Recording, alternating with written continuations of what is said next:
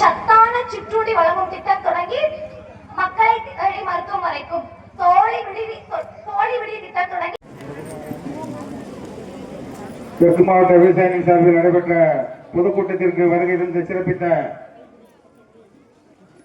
மாவட்ட கழக செயலாளர் சட்டத்துறை அமைச்சர் எஸ் ரகுபதி அவர்களுக்கும் வரவேற்பு ஆற்றிய இரா சிவகுமார் அவர்களுக்கும் வடக்கு ஒன்றிய செயலாளர் ஆர் கணேசன், தெற்கு ஒன்றிய செயலாளர் ஆர் சிதம்பரம் அவர்களுக்கும் அவர்களே, அன்பு தம்பி கணேசன் அவர்களே மற்றும் இந்த மாபெரும் பொதுக்கூட்டத்தை சிறப்போடு ஏற்பாடு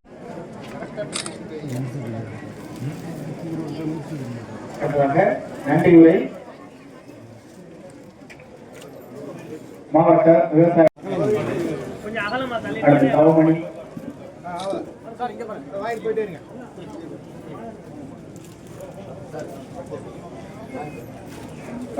தவமணி சுப கணக்கு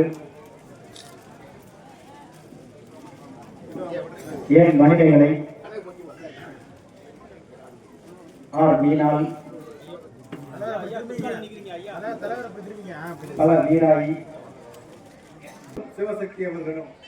எனவே ஒரு இயக்கம் இளைஞர்களை நம்பி இருக்கிறது என்று சொன்னால் 15,000 இனம் பேச்சாளர்களை கொண்டிருக்கிற இயக்கம் எத்தகைய மிகப்பெரிய இளைஞர் பட்டாளத்தை கொண்டிருக்கக்கூடிய இயக்கமாக இருக்கும் என்பதற்கு இந்தியாவில் இருக்கக்கூடிய இந்திய கட்சிகளுக்கு நாங்கள் இங்கே சவால் விட்டு சொல்லுகிறோம்.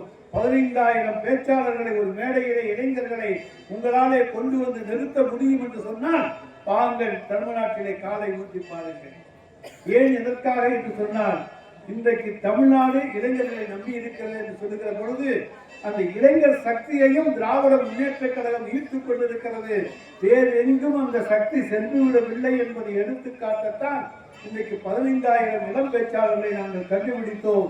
அதனை 182 நல்முத்துக்களை தலைமை கழகத்துடைய பேச்சாளர்களாக மாற்றி காண்பித்திருக்கிறோம் என்பதை நம்முடைய மாணவர்கள் உதயநிதி ஸ்டாலின் அவர்களுடைய பிறந்த நாள் விழா நிகழ்ச்சியிலே நம்முடைய ஒவ்வொரு நாளும் 2 பேச்சாளர்கள் பங்கேற்று தங்களுடைய திறமைகளை வெளிப்படுத்திக் கொண்டிருக்கிறார்கள் என்று சொன்னால் புதிய ரத்தத்தை இந்த இயக்கத்துக்கு பாய்ச்சுவதற்கு நிறைய வழிகளை இன்றைக்கு நம்முடைய இளைஞரணி செயலாளர்கள் தந்திருக்கிறார்கள் என்பதற்கு இது ஒரு எடுத்துக்காட்டு. திராவிட மாடல் ஆட்சி, திராவிட மாடல் ஆட்சி என்பது பெண்களுக்கான ஆட்சி, பெண்கள் முன்னேற்றத்துக்கான ஆட்சி. திராவிட இயக்கம் மட்டும் இன்றைக்கு தமிழ்நாட்டிலே 1967 ஆட்சிக்கு வரவில்லை என்று சொன்னால் பல பெண்களுக்கு இன்றைக்கு படிப்பறிவு இல்லாமல் போயிருக்கும். கல்லூரி படிப்பையும் தந்தது திராவிட முன்னேற்ற கழகம், உயர்கல்வியை தந்தது திராவிட முன்னேற்ற கழகம். இன்றைக்கு மகளிருக்காக வீட்டிலே அவர்கள் முடங்கி கிடக்காமல் இருக்க வேண்டும், அவர்கள் தங்களுடைய உயர்கல்வியை படிக்க வேண்டும் என்பதற்காக மாதம் 1000 ரூபாய் பெண்களுக்கு தருகின்ற அரசும் இந்த திராவிட முன்னேற்ற கழகம் தான் என்பதை நான் இங்கே உங்களுக்கு தெரிவித்துக் கொள்கிறேன்.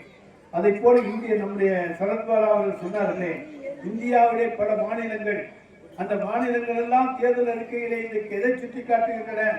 மகளிருக்கான விடியல் பயணம் நம்முடைய தலைவர் தளபதியினுடைய திட்டம், மகளிருக்காக உரிமை தொகை நம்முடைய திட்டம், மகளிருக்காக காலை உணவு திட்டம். அது நம்மோட இல்லை, வெளிநாட்டுக்கெல்லாம் போயிடுச்சு. கனடாவில் கூட இன்றைக்கு காலை உணவு திட்டத்தை கொண்டாடி கொண்டிருக்கிறார்கள். தமிழகத்திலே இருக்கக்கூடிய மாண்புமிகு தமிழ்நாடு முதலமைச்சர் அவர்கள் காலை உணவு திட்டத்தை தொடங்கி இருக்கிறார். அது வெற்றிகரமாக நடக்கிறது. அதை பார்த்து வாருங்கள். அதை கனடா நாடு முழுவதும் அமல்படுத்த வேண்டும் என்று கனடா பிரதமர் சொல்லுகிறார் என்று சொன்னால் உலகத்துக்கே வழிகாட்டியாக இன்றைக்கு திராவிட பெண்கள் காலையிலே தங்களுடைய குழந்தைகளுக்கு உணவு கொடுக்க முடியாமல் அவர்கள் சொல்லுகின்ற அந்த கொடுமையை எண்ணி பார்த்து, அந்த குழந்தைகள் பசியோடும் பட்டினியோடும் பள்ளிக்கு சென்று படாத பாடுபடுவதை எண்ணி பார்த்து காலை உணவு திட்டத்தை இந்த அரசுக்கு எத்தனை லட்சம் எத்தனை கோடி செலவானாலும் பரவாயில்லை, காலை உணவு திட்டத்தை கொண்டு வாருங்கள் என்று கொண்டு வந்த தலைவர் நம்முடைய மாண்புமிகு தமிழ்நாடு முதலமைச்சர் அவர்கள். எனவே மகளிர் உரிமை தொகையாகட்டும், காலை உணவு திட்டமாகட்டும், விடியல் பயணமாகட்டும், எல்லாமே இன்றைக்கு மகளிருக்கான திட்டங்கள் என்று சொன்னால் மகளிரை முன்னிலைப்படுத்துவதுதான் திராவிட மாடல் ஆட்சி. மகளிருக்கு சுயாட்சி தர வேண்டும், மகளிர் சொந்த காலிலே நிற்க வேண்டும்.